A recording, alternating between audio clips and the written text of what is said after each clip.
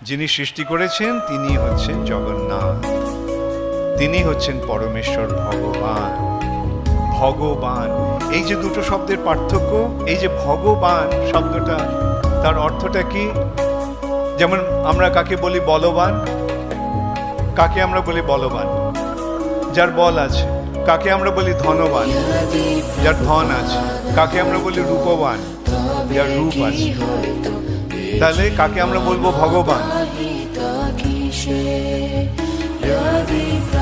Very good. এখন ভগ শব্দটার অর্থ কি?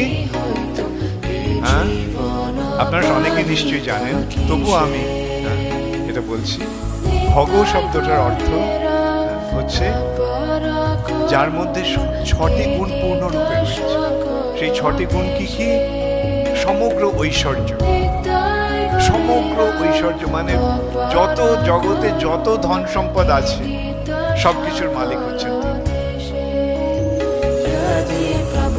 ঐশ্বর্যস্য, সমগ্র, বীর্যস্য, বীর্য মানে হচ্ছে শক্তি।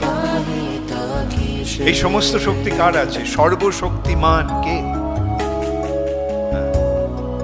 এই সমগ্র ঐশ্বর্য, সমগ্র বীর্য, সমগ্র যশ, সমগ্র সৌন্দর্য, সমগ্র জ্ঞান এবং সমগ্র বৈরাগ্য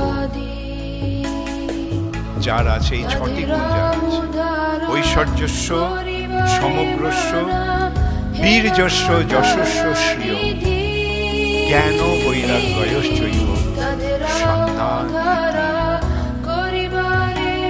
এমন কাউকে আমরা জানি যে বলতে পারে অন্তত সারা সমগ্র ঐশ্বর্য তার আছে? না। সমগ্র বীর্য তার আছে? না।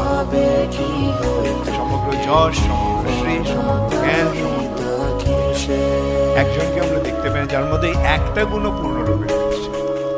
কিন্তু এই 6টি গুণ যার মধ্যে পূর্ণরূপে রয়েছে তিনি হচ্ছেন ভগবান। মানে ভগ শব্দটা হচ্ছে এই সমগ্র রূপে এই 6টি গুণ এবং যার আছে তিনি হচ্ছেন ভগবান।